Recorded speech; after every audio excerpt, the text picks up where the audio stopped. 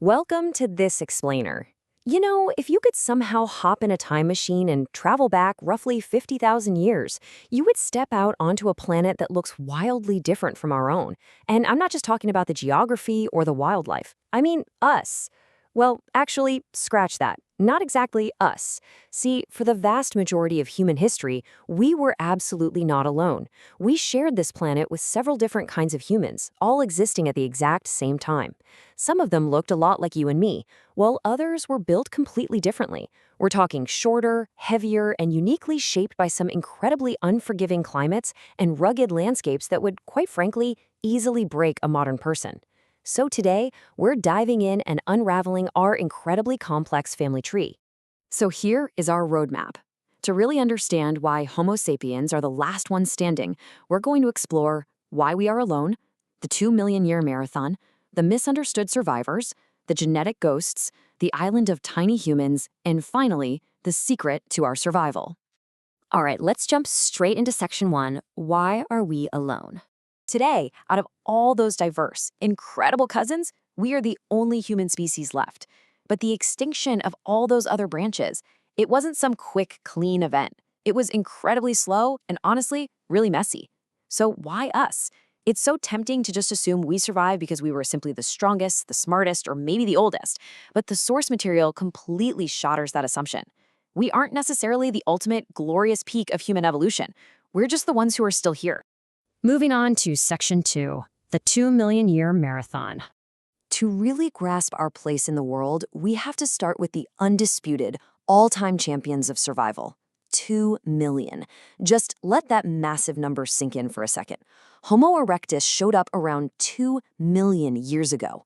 That is a jaw-dropping stretch of time to exist on this planet, and it should immediately, and I mean immediately, humble our perception of our own history.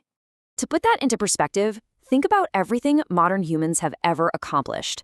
Every towering city we've ever built, every terrible war we've fought, every beautiful language we've ever spoken, all of it fits inside just the last few thousand years. We are literally a blink of an eye. Homo erectus was on this planet for a stretch of time so unbelievably long that our entire recorded history looks like a tiny little footnote next to their epic run. And what's really fascinating here is how perfectly adapted they were. They were the very first to have recognizably human bodies. Think long legs, shorter arms, a frame that was explicitly designed for walking and running over open ground. They were also the first human species to leave Africa, proving they could survive in entirely new environments. Plus, they had larger brains than their predecessors. And notice that detail about their unchanging stone tools. For hundreds of thousands of years, their tools barely changed at all. Now, to us, that might sound like a lack of imagination, but it's actually the exact opposite. It is solid proof that their technology worked so perfectly that there was absolutely no evolutionary pressure to improve on it. If it ain't broke, don't fix it. But as we know, every marathon eventually ends. By their final chapter, the world had just sort of left them behind. Their last populations ended up completely trapped on the island of Java in Indonesia, totally cut off from the mainland. As the global climate shifted, the dense forests they really relied on began shrinking. The animals they hunted became so much harder to find.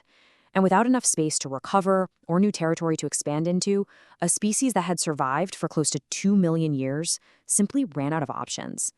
Around 110,000 years ago, after outlasting pretty much everything the planet had thrown at them, Homo erectus was gone. That brings us to section 3, the misunderstood survivors.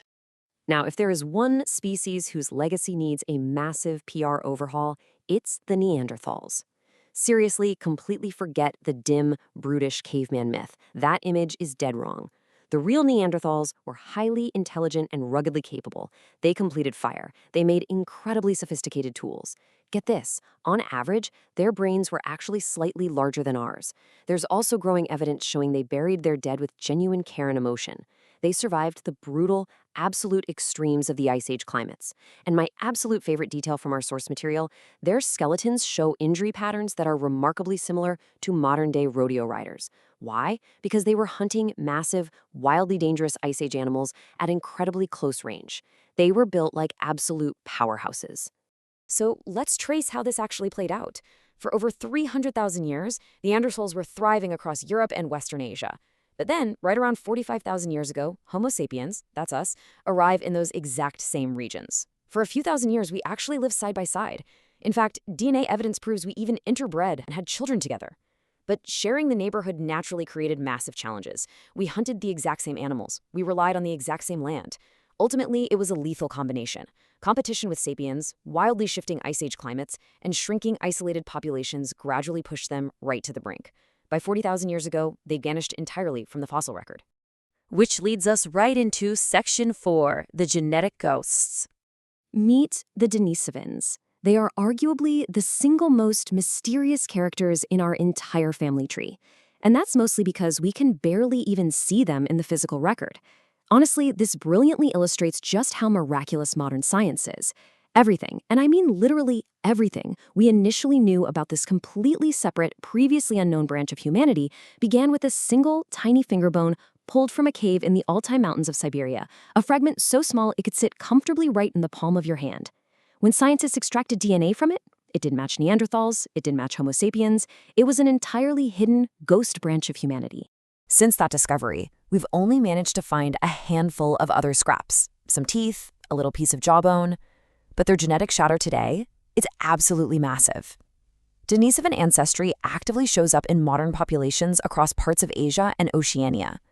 Some living Melanesian groups carry as much as 6% Denisovan DNA.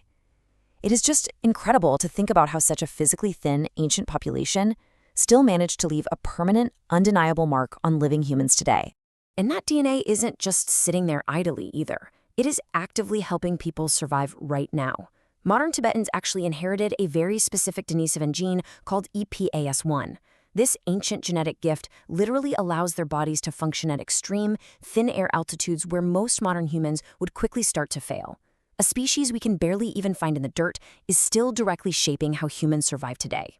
How cool is that? Let's move on to Section 5, the island of tiny humans.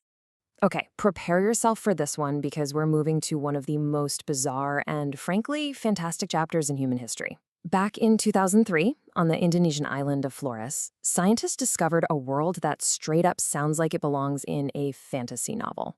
You had Homo floresiensis, a human species standing barely 3 feet tall, with brains roughly the size of a grapefruit, and just imagine who they shared this completely isolated island with. Towering, giant carnivorous storks, shrunken dwarf elephants, and massive, highly dangerous Komodo dragons. This wild ecosystem was their daily reality from about 100,000 all the way to 50,000 years ago. So how exactly does a human species get so remarkably small? It's all down to a fascinating evolutionary process called island dwarfism. See, when species are locked into an isolated island environment for extremely long periods, nature gets highly experimental. With limited resources, large animals often shrink down just to survive, while small animals, lacking their usual mainland predators, can grow much, much larger. Homo floresiensis is one of the most spectacular examples of this in our entire family tree. But sadly, around 50,000 years ago, just as modern humans were starting to arrive in the broader region, they faded away. On a tiny island, you don't always need a massive, dramatic catastrophe. Sometimes a small population facing new pressures simply runs out of time. And finally, Section 6, the secret to our survival. So we've seen that our ancient cousins were incredibly tough, deeply intelligent, and brilliantly adapted to their environments. So what's the deal? Why did Homo sapiens make it while the others didn't? The obvious answer a lot of people jump to is just raw intelligence. But honestly, that falls apart pretty quickly. Neanderthals were incredibly smart. Denisovans adapted to extreme cold. Erectus outlasted us by a mile. What actually separated us was how we built connections.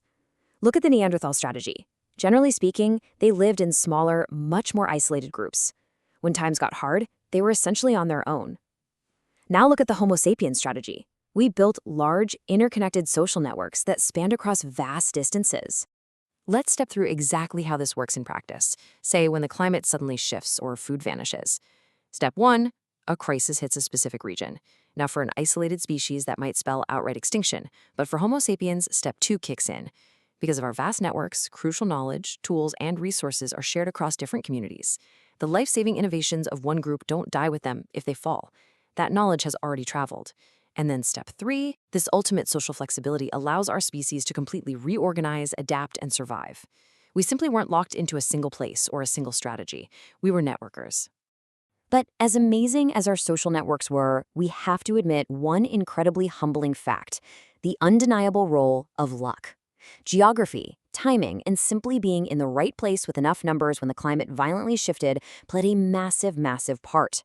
We weren't inherently destined by the universe to be the last ones standing. The other species weren't just early beta versions of us, and they definitely weren't just stepping stones to our own greatness. They were incredibly successful, vibrant human species in their own right, and sometimes the grand dice roll of planetary history just didn't go their way. I want to leave you with this final, truly powerful quote from the source material. For most of human history, we were just one branch of a much larger family. Now, we're the only one.